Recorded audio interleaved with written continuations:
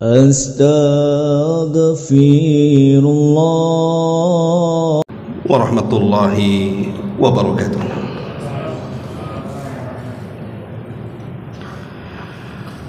Alhamdulillah,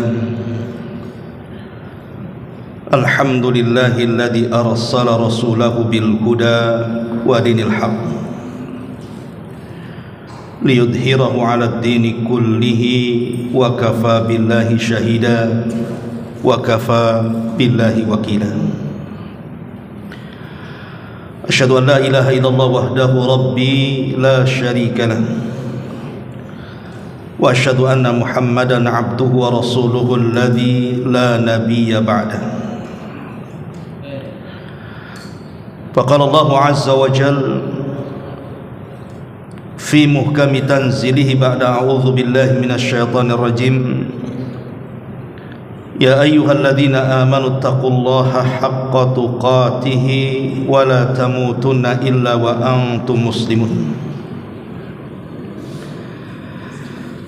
Amma ba'du, ma'asyiral muslimin, hadirin dan hadirat rahimani wa rahimakumullah. Alhamdulillah, di malam hari ini setelah beberapa waktu kita lama tidak berkumpul kembali di majelis ilmu karena terhalang bulan suci Ramadan juga, maka malam ini kembali kita bisa berkumpul di taman-taman sorga sebagaimana hadis Nabi sallallahu alaihi wasallam, idza marartum bi riyadil jannati farta'u, kalau kalian lewat di taman-taman sorga, singgahlah di situ. Sahabat bertanya, wa mariyadul jannati ya Rasulullah, apa yang Anda maksud taman-taman sorga itu wahai Rasul?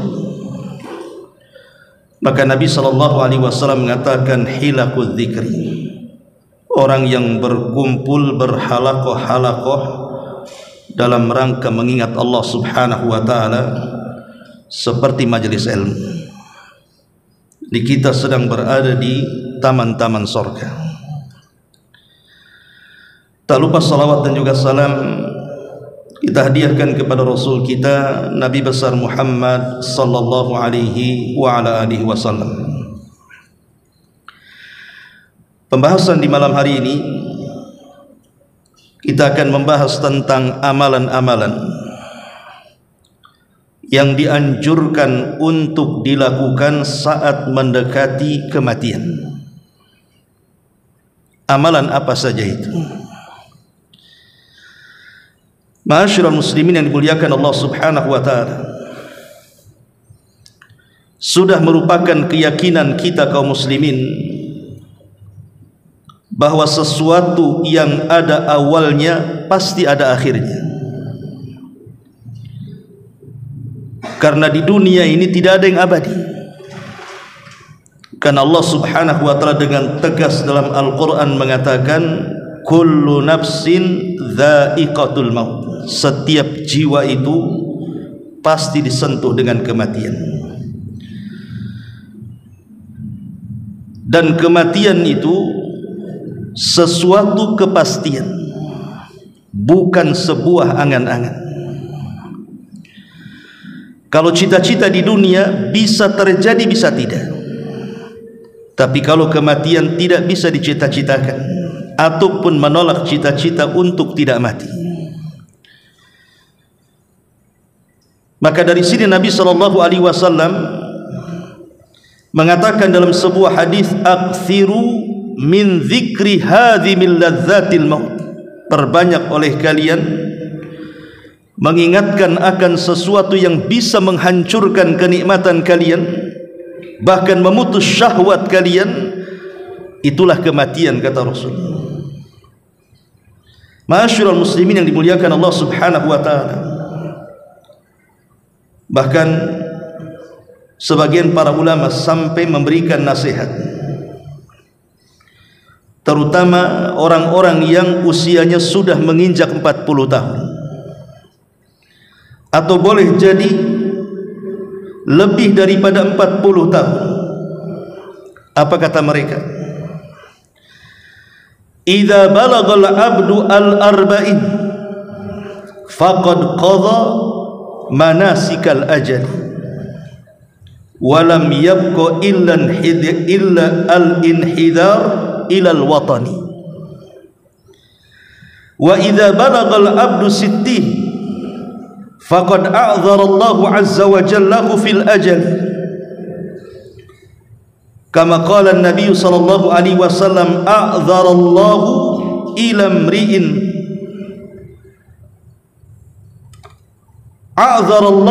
imri'in ukhira ajaluhu hatta balagha 60 sanatan. Kata ulama salaf, apabila seorang hamba sudah mencapai usia 40 tahun, berarti sudah dekatlah ajal dia, dan tidak tersisa kecuali dia harus berhati-hati bahwa dia sedang menuju kepada kematiannya. Dan apabila seorang hamba sudah sampai di usia 60 tahun, maka Allah subhanahu wa ta'ala sudah memberikan uzur kepadanya dalam ajalnya.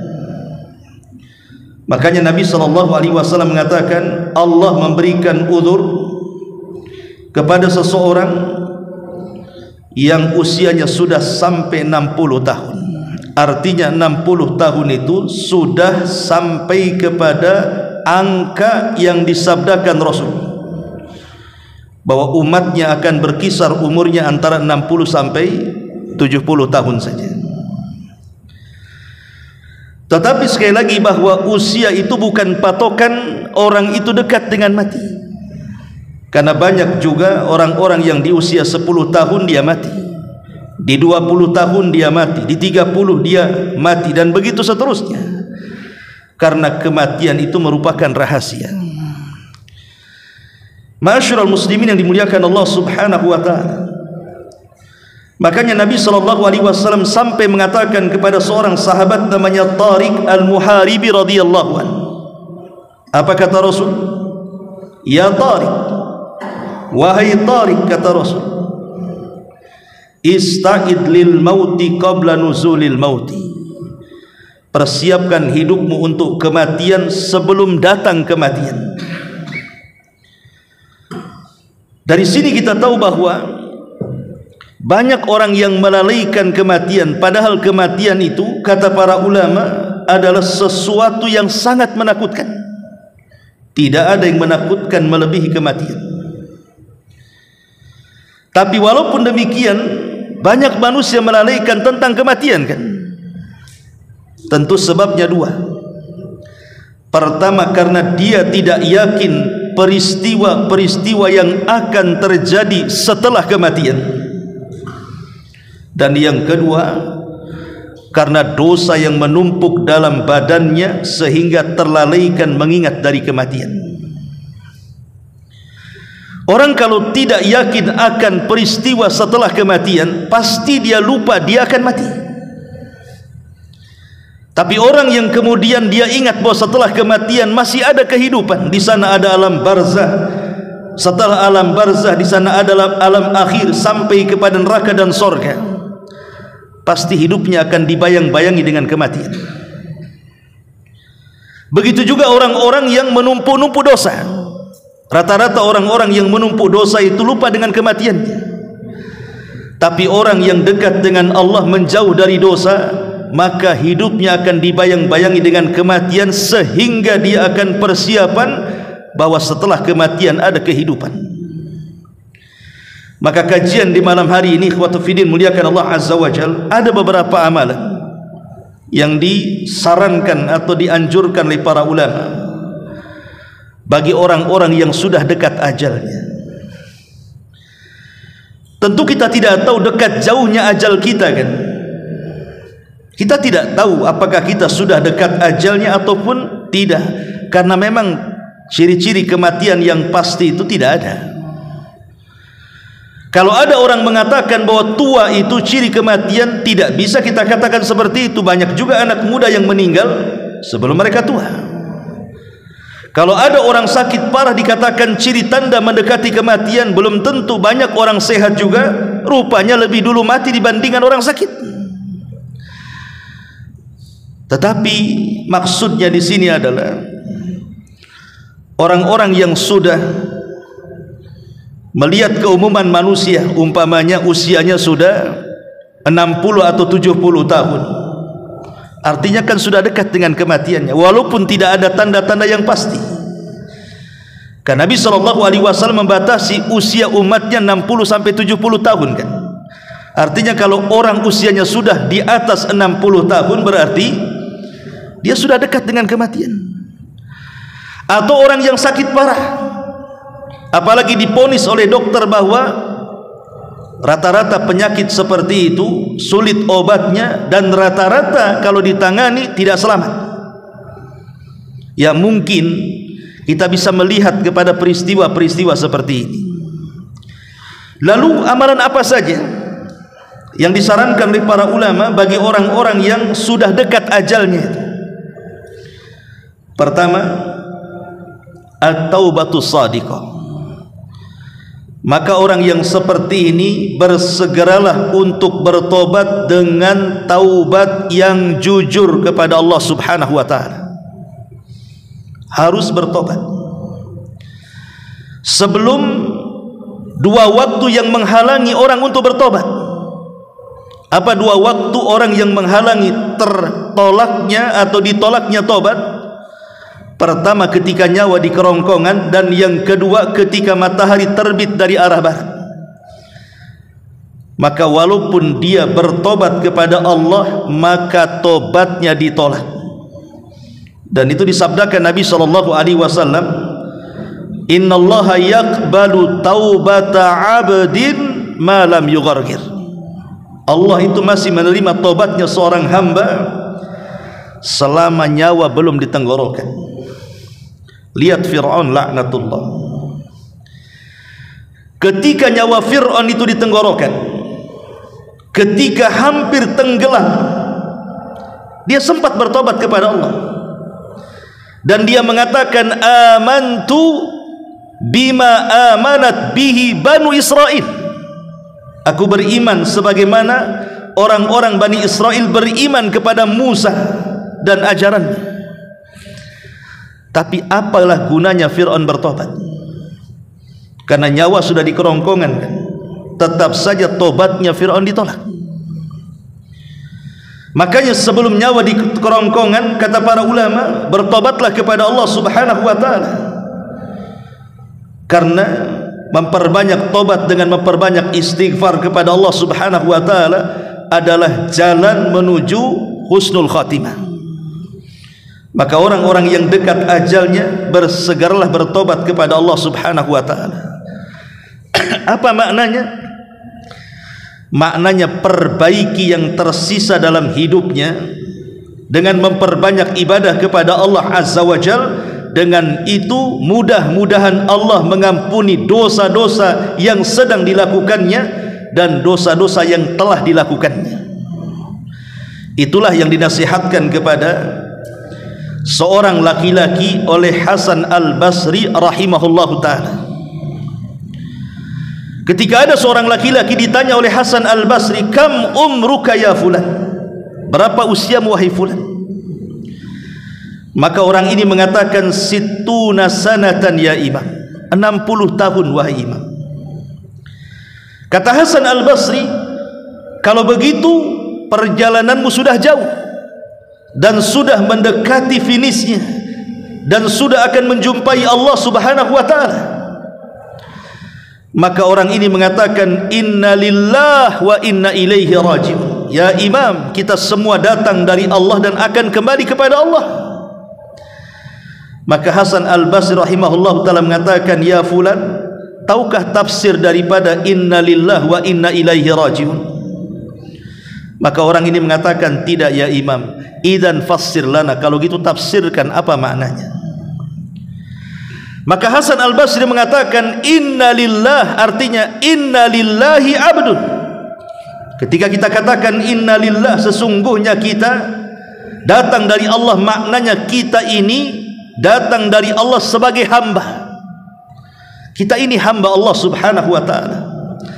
Di sana ada tuannya, Allah subhanahu wa ta'ala.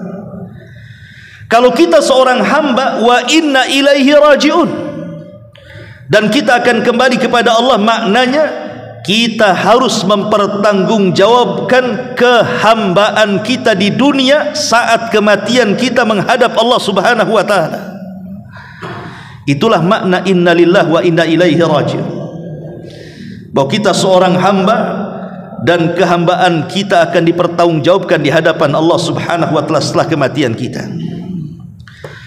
Maka orang ini mengatakan, ya Imam, kalau kita akan dihadapkan di hadapan Allah, kira-kira nih apa yang bisa meringankan kita untuk mempertanggungjawabkan perbuatan kita di hadapan Allah? Maka Imam Hasan Al-Basri mengatakan, perbaiki hidupmu yang tersisa, Allah akan ampuni dosamu yang sedang dan yang telah kau lakukan. Artinya bahwa orang-orang yang dekat ajalnya, entah dia sakit parah atau usianya sudah tua, maka sisa daripada usia yang ada itu bertobatlah kepada Allah.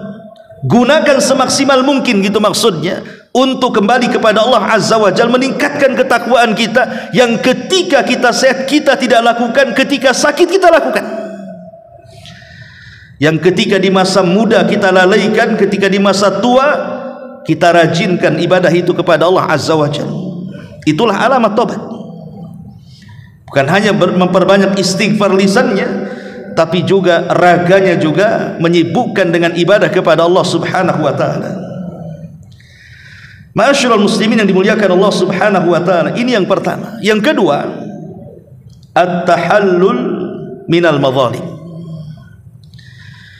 Lepaskan sesuatu yang menjadi beban bagi diri kita dari kezaliman yang kita lakukan kepada orang lain. Kalau memang semasa kita sehat kemudian sekarang sakit parah, kalau kita pernah melakukan kezaliman kepada manusia, entah mengambil hak mereka, kembalikan. Nabi SAW bahkan di akhir hayatnya, bayangkan, ketika itu Nabi SAW berada di puncak karirnya, di puncak kepemimpinannya. Mekah dan Madinah sudah berada di tangannya. Semua sudah masuk Islam di zaman itu. Artinya Nabi SAW sudah melaksanakan tugas sebagai seorang Nabi, tinggal menuju ajalnya saja. Ketika di khutbah terakhir, dan setelah itu tidak ada khutbah lagi, Nabi SAW naik ke atas mimbar. Di antara wasiat Nabi SAW apa? Man kuntu dharabtu dhahran, barang siapa yang ketika itu, kata Rasul, aku pukul pundaknya, fahadha dhahri falyaqtas minni, nih punggungku, silahkan kisos hari ini. Wa man kuntu syatamtu irdan fahadha irdi, kata Nabi SAW, kalau dulu mungkin di antara kalian ada yang kucaci maki kehormatannya, ada yang kuhina dia, ada yang kurendahkan dia, ada yang kugibah dia, sekarang kehormatanku ada di hadapan kalian, kisos. Wa man kuntu akhadtu malan, kata Rasul, atau mungkin dulu aku tidak perasa mengambil harta kalian, fahadha mali falyakhud minni, ini hartaku, ambil sekarang. Lihat bagaimana Nabi SAW mencontohkan ini ujung hayatnya ini. Karena setelah khutbah ini Rasul tidak pernah berkhutbah lagi, karena sudah kemudian dipanggil oleh Allah Subhanahu wa ta'ala. Tapi Rasul mencontohkan satu amalan apa? At-tahallul minal madzalim, melepaskan seluruh kezaliman yang pernah dilakukannya. Maka orang-orang yang dekat ajalnya, lepaskan kezaliman itu. Kalau kita pernah menggibah orang, minta maaf kepada orang yang digibahinya. Kalau pernah menghina orang, minta maaf kepada orang yang kita hina dia. Kalau kita pernah mengambil barangnya, kembalikan barangnya kepada dia. Nabi SAW dalam hadis Abi Hurairah radhiyallahu an yang dikeluarkan Imam Bukhari mengatakan, "Man kana lahu madlamatun li akhi min irdihi aw syai'in falyatahallalhu minhu al-yawm qabla an la yakuna dinarun wala dirhamun in kana lahu amalun salihun ukhidha minhu biqadri madlamatihi wa illam takun lahu hasanat ukhidha min sayyiati sahibihi fahumila alaihi." Apa kata Rasul? Barang siapa yang memiliki kezaliman kepada saudaranya, baik kehormatannya atau sesuatu yang lainnya, maka mintalah kehalalannya sebelum datang di mana dinar dan dirham tidak ada manfaatnya. Kalau dia memiliki amal saleh, kemudian dia melakukan kezaliman kepada orang lain, maka amal itu akan diberikan kepada saudaranya sebatas kezalimannya. Tapi kalau dia tidak memiliki amal saleh, maka akan dibebankan dosa saudaranya kepadanya. Itulah yang disebutkan dalam hadis Nabi SAW sebagai orang yang muflis, orang yang bangkrut, kata Rasul. Orang yang datang pada hari kiamat membawa segudang pahala, tapi di sisi lain dia membawa dosa, pernah menampar orang, menyakiti orang, mengambil darah orang, mengambil harta orang, dan begitu seterusnya. Akhirnya dipertemukanlah orang zalim dan orang yang dizalimi ini. Ma'asyiral muslimin yang dimuliakan Allah Subhanahu wa taala, kalau seandainya kehidupan ini hanya satu kali, ikhwan, kalau seandainya kehidupan dunia ini hanya satu kali, tidak ada kehidupan setelah kematian, tentu kita katakan Allah tidak akan adil. Dan memang Allah tidak adil kalau kehidupan itu satu kali. Tapi kehidupan itu bukan satu kali, tapi kehidupan itu dua kali. Makanya ketika Allah Subhanahu wa taala menyebutkan dalam surah Al-Baqarah, Allah menyebut dua kata hidup. Allah Subhanahu wa taala berfirman, "Kaifa takfuruna billahi wa kuntum amwat fa ahyaakum thumma yumitukum thumma yuhyikum thumma ilaihi turja'un." Bagaimana kalian bisa kufur, kata Allah, dulu kalian tidak ada, kemudian kami hidupkan, kata Allah, setelah kami hidupkan kemudian kami wafatkan, kata Allah, setelah kami wafatkan kemudian kami hidupkan kembali, kata Allah, dan kepada Allah lah kalian dikembalikan. Dalam ayat ini Allah menyebut dua kata hidup. Kehidupan pertama tentu kehidupan dunia, dan kehidupan kedua tentu kehidupan akhirat. Kalau tidak ada kehidupan akhirat, hanya ada kehidupan dunia, kita katakan bahwa Allah tidak pernah adil selamanya. Tapi Allah Subhanahu wa taala Maha Adil. Manusia di dunia itu kan macam-macam ya. Ada orang jahat, ada orang baik. Ada orang zalim, ada orang yang dizalimi. Ada orang yang membunuh, ada orang yang dibunuh. Ada orang yang menyakiti dan ada orang tersakiti. Ada orang mengambil harta dan ada orang yang terambil hartanya, dan begitu seterusnya. Lah kalau kehidupan hanya satu kali, bagaimana nasib orang-orang yang dizalimi? Bagaimana nasib orang-orang yang dibunuh? Bagaimana orang-orang nasib yang dicaci, yang dimaki, yang digibah, yang dihina, yang diambil hartanya, dan begitu seterusnya. Makanya kehidupan itu ada dua, supaya ada keadilan. Karena di dunia ini banyak kantor-kantor pengadilan, tapi banyak yang tidak mendapatkan keadilan. Kalau anda mencari pengadilan banyak di dunia, tapi apakah anda mendapatkan keadilan? Belum tentu. Yang sesuai dengan syariat Islam saja, sering saya katakan, terkadang tidak memuaskan soal keadilan. Anggaplah hukum di Indonesia ini menggunakan syariat Islam. Contoh umpamanya, Ada orang jahat membunuh orang baik. Ada preman membunuh ustadz umpamanya. Ustadz ini banyak santrinya. Akhirnya kemudian dikisaslah si preman ini karena dia sudah membunuh ustadz, dia pun dibunuh. Apakah dengan cara dibunuh preman yang sudah membunuh ustadz itu sudah mendapatkan keadilan? Belum. Kenapa saya katakan belum? Karena ustadz ini banyak santrinya. Dengan tidak ada ustadz, tidak ada yang membimbing santrinya. Bagi santri tidak ada keadilan ini. Kalau preman membunuh preman, bolehlah kan begitu. Tapi yang dibunuh ini orang baik, disayang keluarganya, disayang masyarakatnya. Walaupun yang membunuh sudah dibunuh, tidak mencapai keadilan yang hakiki. Makanya kisah ini walaupun sudah terjadi di dunia, akan diulang lagi di akhirat. Anggaplah orang yang membunuh sudah dibunuh nih di dunia, Allah ulang kisahnya kelak di kantor, supaya betul-betul mendapatkan keadilan 100%, sehingga ketika masuk ke dalam surga, Allah subhanahu wa ta'ala katakan, wa naza'na ma fi sudurihim min ghillin ikhwana. Kami cabut dalam dada-dada kaum muslimin ataupun orang-orang yang masuk ke dalam surga itu, sudah tidak ada ghil, tidak ada lagi perasaan-perasaan merasa kurang adil, tidak lagi ada perasaan merasa kurang dan ini dan itu. Betul-betul murni, hatinya bersih seperti satu hati. Ma'asyiral muslimin yang dimuliakan Allah, dari sinilah maka penting sebelum orang itu mendekati ajalnya, maka amalan yang kedua, at-tahallul minal madzalim. Lepaskan kezaliman-kezaliman itu. Minta maaf kepada orang yang kita zalimi, kembalikan hak mereka. Ini yang kedua. Yang ketiga, al-wasiyah.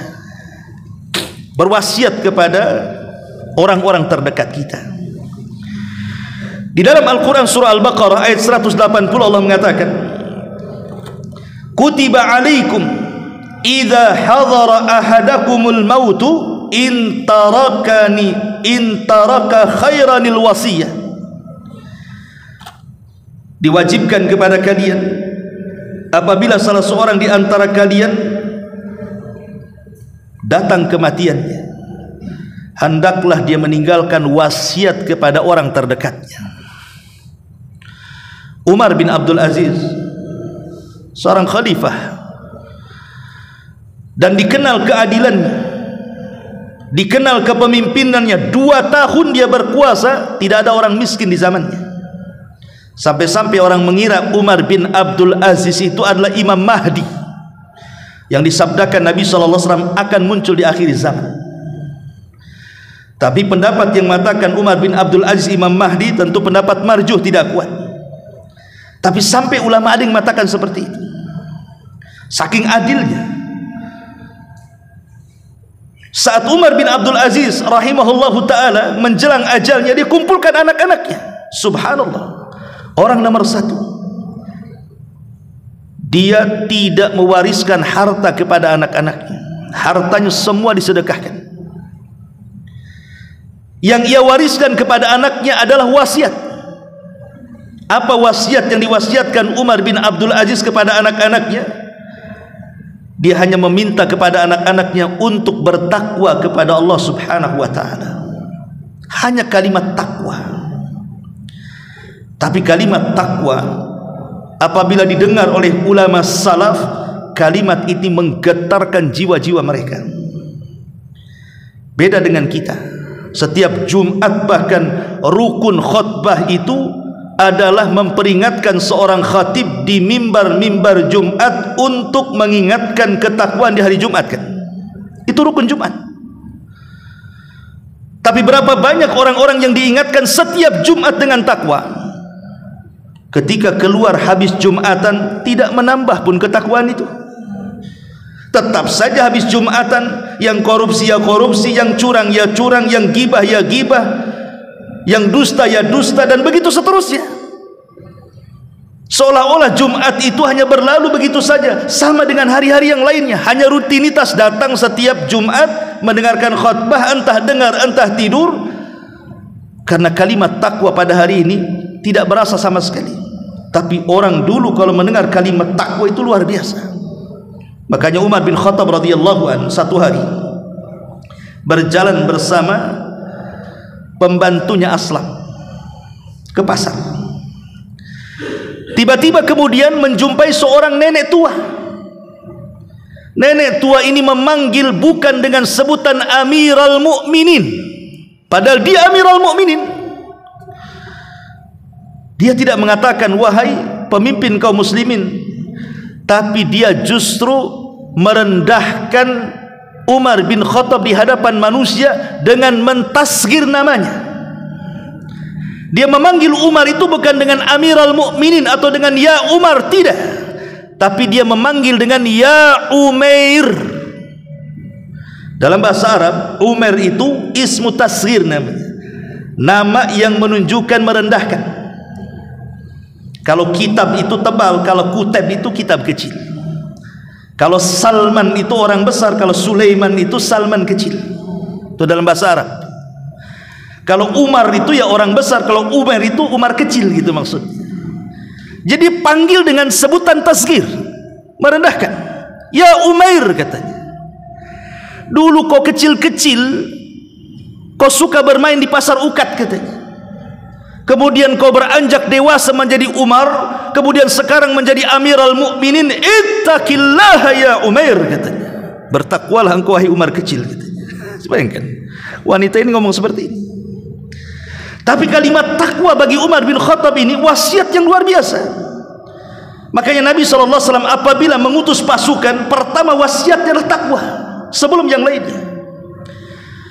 Bahkan ketika Amr bin As hendak menaklukkan Iskandariyah Mesir, tidak takluk-takluk, Umar mengirim surat kepada Amr ibn As agar bertakwa dan mengajak pasukannya untuk bertakwa. Diingatkan dengan takwa. Akhirnya Iskandar roboh. Lah Umar ketika mendengar kalimat itu langsung menangis. Aslam ini pembantunya merasa tersinggung. Bagaimanapun dia adalah tuannya, Amirul Mukminin. Kenapa wanita ini berani-berani menyebut dengan nama kecil, ya Umar? Maka Aslam mengatakan sambil hendak menghardik wanita tua itu, maka Umar mengatakan, "Da'uha, tinggalkan dia. Tidakkah kau tahu wanita itu siapa?" Kata Aslam, "Tidak tahu." Maka Umar bin Khattab radhiyallahu anhu mengatakan, dia adalah Haulah bintu Hakim. Haulah bintu Hakim yang suaranya didengar Allah, yang satu surat turun kepadanya, surah Mujadilah. Biarkan dia menasihati diriku. Umar kemudian menangis sejadi-jadinya sampai dia kembali ke rumahnya. Begitulah wasiat takwa. Ma'asyiral muslimin yang dimuliakan Allah, maka Umar bin Abdul Aziz inilah yang diwasiatkan kepada anak-anaknya untuk bertakwa. Kenapa dia tidak mewariskan hartanya? Ini alasan Umar bin Abdul Aziz.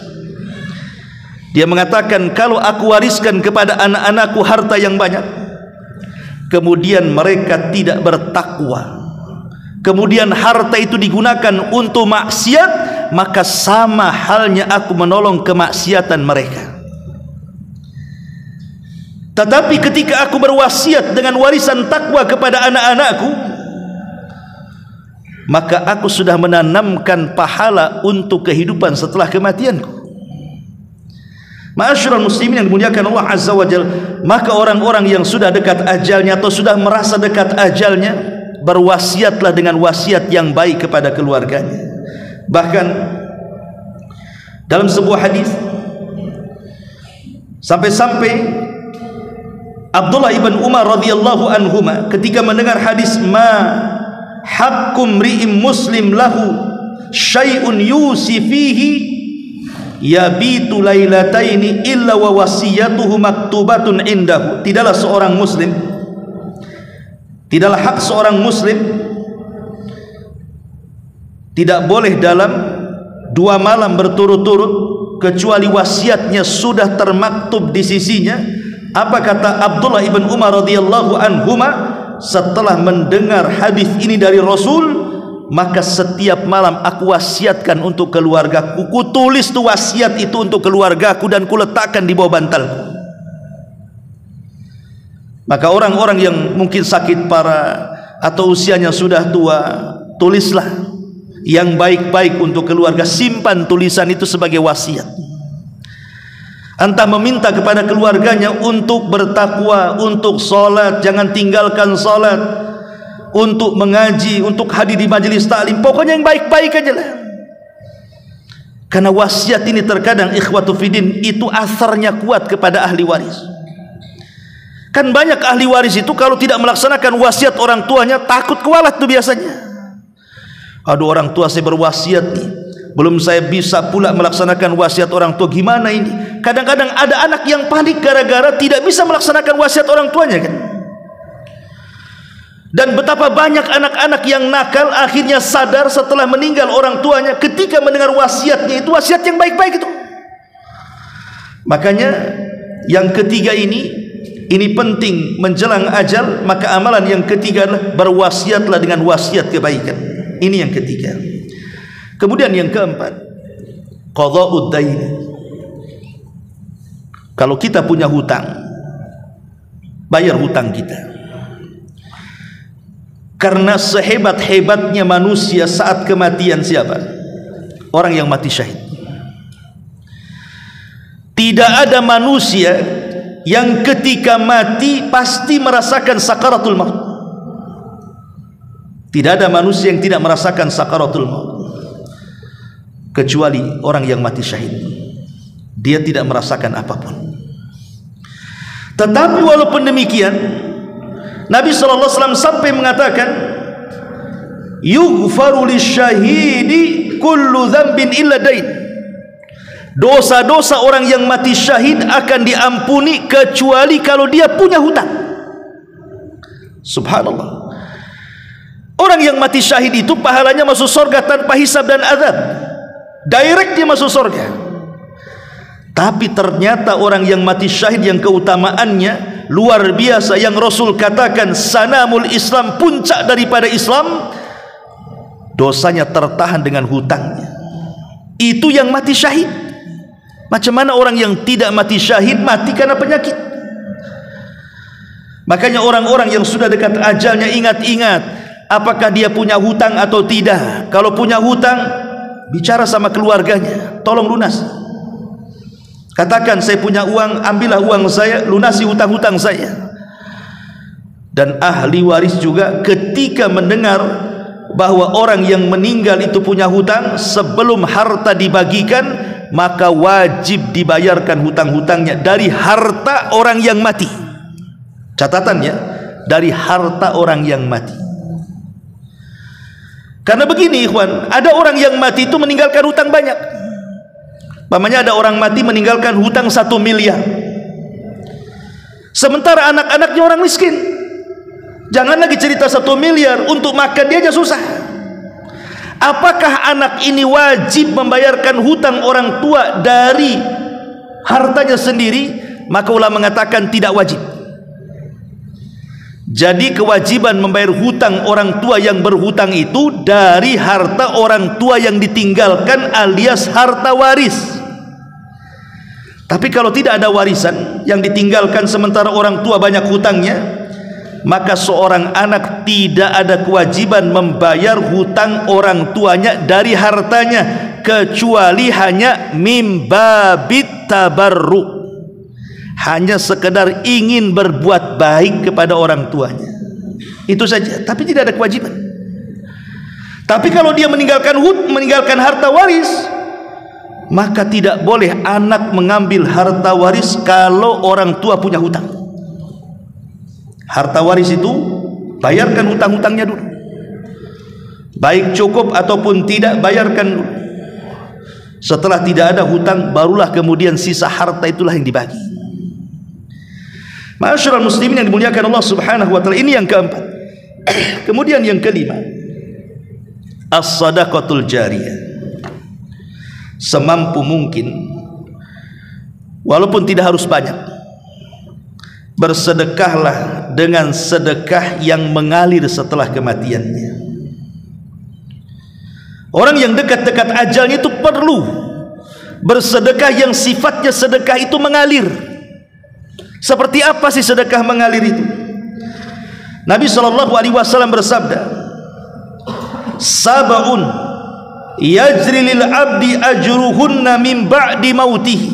Ada 7 perkara akan terus berjalan kepada seorang hamba pahalanya hatta setelah kematiannya. Kemudian kata Nabi SAW, wa huwa fi qabrihi, bahkan sampai mengalir ke dalam kuburannya.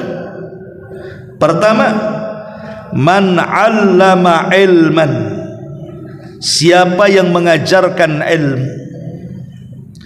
Yang kedua, au qara nahran, atau mengalirkan air, kemudian digunakan entah membuat sumur di masjid, sumur di pesantren, di panti asuhan, atau mungkin di tempat-tempat yang membutuhkan berhajat kepada air, kemudian kita alirkan air ke mereka.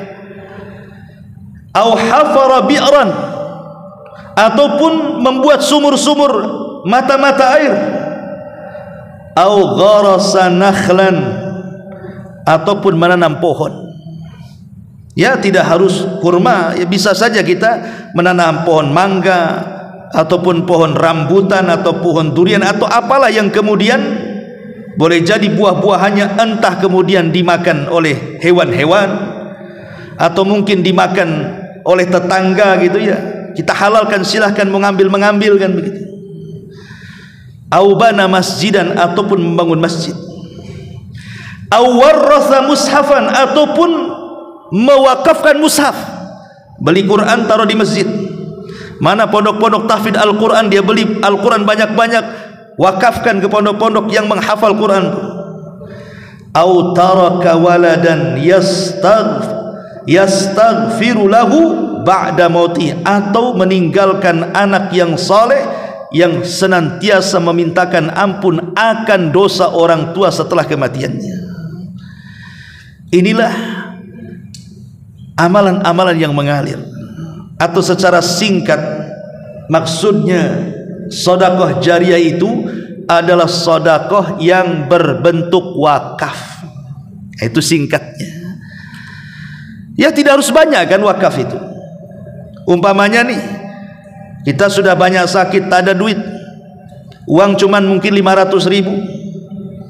Sudah gini saja, bilang sama istrinya atau pasangannya, belikan sajadah, letakkan untuk imam masjid. Sajadah kan untuk imam masjid. Hari-hari kan imam sholat di atas sajadah.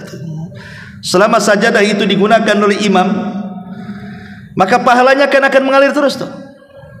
Antum beli sajadah berapa? 10, bagikan ke 10 masjid, tapi syaratnya diletakkan di atas sajadah imam umpamanya kan. Itu kan wakaf juga. Ya.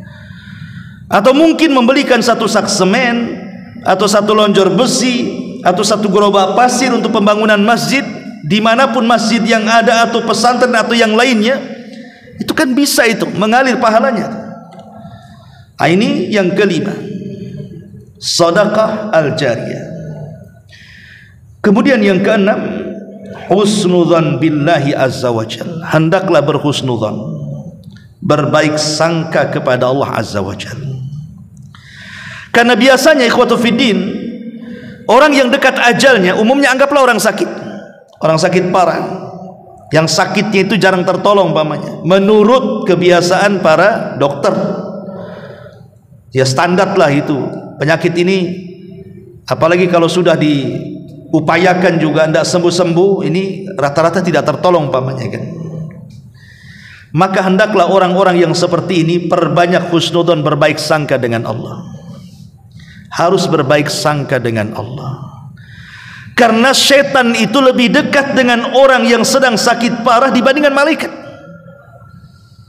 Biasanya setan itu mewaswasi orang yang sedang sakit parah itu supaya mereka putus asa. Putus asa inilah yang kemudian menjadikan dia terjerumus kepada dosa yang berakhir dengan suudzon, berburuk sangka dengan Allah azza wa jalla. Makanya kenapa kita disunahkan, saya anda kalau datang kepada orang sakit, ceritakan kebaikannya, jangan menceritakan keburukannya. apalagi menakut-nakuti dengan kematiannya. Ini kalau penyakit kayak bapak ini rata-rata 3 hari matinya. Stres nanti orang ya. Jangan sampai ditakut-takuti seperti itu, atau diingatkan dengan maksiat, cepatlah sembuh. Kapan lagi kita ini sama-sama dugem lagi, maksiat lagi, minum lagi, judi lagi, dan begitu seterusnya. Sebab biasanya kalau sudah teringat dengan dosa, lupa dengan pahala, disitulah letak putus asanya nanti. Seolah-olah neraka terbuka bagi dia, sorga pula tertutup bagi dia. Akhirnya dia merasa tidak layak masuk sorga dan layak masuk neraka. Saat detik-detik wafatnya lupa pula dia bertobat kepada Allah Azza wa Jalla. Makanya kalau seandainya saat orang seperti ini kita bisikkan dengan kebaikan, jangan singgung keburukan dia. Bapak ini orang baik, Masya Allah, saya kenal, semua orang bilang bapak ini orang baik, rajin sholat, pada sholat seminggu sekali, oh rajin sedekah padahal paling bakhil, umpamanya. Terus saja, nggak apa-apa, supaya dalam otaknya itu, oh ya betul, saya ini orang baik. Ketika itu yang tertanam dalam otaknya bahwa dia orang baik, disitulah ada harapan mendapatkan rahmat dan seolah-olah dia layak masuk surga. Ketika itulah datang perasaan berbaik sangka dengan Allah. Boleh jadi kalau Allah takdirkan dia meninggal, itu pula amalan terakhir yang dia akan bawa, berbaik sangka dengan Allah. Karena ada orang yang berburuk sangka dengan Allah. Jangan-jangan saya sudah diazab sebelum mati saya, memang saya ini pantas masuk neraka, saya tidak pantas masuk surga, saya ini orang hina, ini itu. Akhirnya bukan bertobat saat sakit, stres dia. Ma'asyiral muslimin yang dimuliakan Allah Azza wa Jalla. Makanya kata para ulama, kalau sudah dekat-dekat ajalnya itu, biasakan senyum dengan orang, seolah-olah kita ini tidak ada raut kesedihan, tidak ada keluhan. Dan biasakan meminta maaf kepada siapapun yang mengunjungi dia, entah siapapun, entah temannya, entah kerabatnya, entah apa. Kalau kita lagi sakit parah itu langsung minta maaf, minta kehalalannya. Karena kita tidak tahu kita ini punya dosa sama siapa, apalagi orang sedang sakit kan gitu. Ma'asyiral muslimin yang dimuliakan Allah Subhanahu wa taala. Dan yang terakhir tentunya menjaga lisan. Karena biasanya orang yang dekat-dekat ajal seperti orang sakit itu tidak menjaga lisan. Terkadang dia tasahud. Tasahud itu apa? Menolak takdir. Kenapa kok hidupku seperti ini? Kenapa aku harus seperti ini, menyusahkan orang? Kenapa aku harus sakit terbaring bertahun-tahun? Setan terus membisikkan di situ. Akhirnya kemudian menolak takdir kan. Imam Ahmad sudah saya ceritakan. Imam Ahmad ini ketika sakit parah yang mengakibatkan kematiannya, dia sempat mengeruh. Namanya orang sakit ya, biasa kita katakan aduh kan, biasa orang sakit ngomong begitu. Namanya sakit harus ngomong apa lagi? Ya paling rendah mengatakan aduh lah. Lah Imam Ahmad itu mengucapkan kalimat aduh. Jadi murid di sampingnya mengatakan, ya Imam, innal anin kalimatun wal kalimatu tuktab. Imam, bukankah arungan kalimat aduh itu sebuah kalimat, dan kalimat itu akan dicatat, dan catatan itu akan dipertanggungjawabkan. Ketika dia mendengar kalimat nasihat dari muridnya bahwa kalimat aduh itu sebuah kalimat yang akan dicatat dan akan dipertanggungjawabkan, langsung diam dia. Tidak lagi mengatakan, dia rasakan aja sakit itu sampai ajal menjemput dia. Sampai kalimat aduh saja Imam Ahmad diam, karena takut itu sebuah kalimat yang kalimat itu akan dicatat, dan yang dicatat itu akan dipertanggungjawabkan di hadapan Allah. Karena kan yang namanya kalimat itu ada yang mengandung dosa 100%, ada yang mengandung pahala 100%, ada yang tidak mengandung dosa dan tidak pula mengandung pahala. Itulah kalimat. Tapi tiga-tiganya akan dicatat. Baik yang mengandung pahala 100% akan dicatat oleh malaikat Raqib dan Atid. baik yang mengandung pahala 100% akan dicatat malaikat raqib dan atid, ataupun yang tidak mengandung dua-duanya tetap dicatat sebagai bentuk tugas seorang malaikat raqib dan atid mencatat segalanya. Ma yalfidu min qaulin illa ladaihi raqibun atid, tidak ada satu lafaz pun kecuali dicatat oleh raqib dan atid. Tapi kata Syekh Utsman Al-Khamis hafizahullah taala yang mengatakan, yang akan dihisab itu wallahu alam, kata beliau, adalah dua, kalimat yang mengandung dosa dan kalimat yang mengandung pahala. Adapun kalimat yang tidak mengandung dosa dan pahala tidak akan dihisab. Itu ijtihad beliau, wallahu a'lam. Ma'asyiral muslimin yang dimuliakan Allah Subhanahu wa taala, inilah di antara amalan-amalan yang dianjurkan, yang disebutkan oleh para ulama bagi orang-orang yang mendekati ajal kematiannya. Wallahu a'lam. Sampai di sini ikhwatu fillah dimuliakan Allah azza wa jalla, mudah-mudahan ada manfaatnya. Akhirul kalam, subhanakallah bihamdika asyhadu an la ilaha illa anta astaghfiruka wa atubu ilaik. Allahu ta'ala alam. Assalamualaikum warahmatullahi wabarakatuh.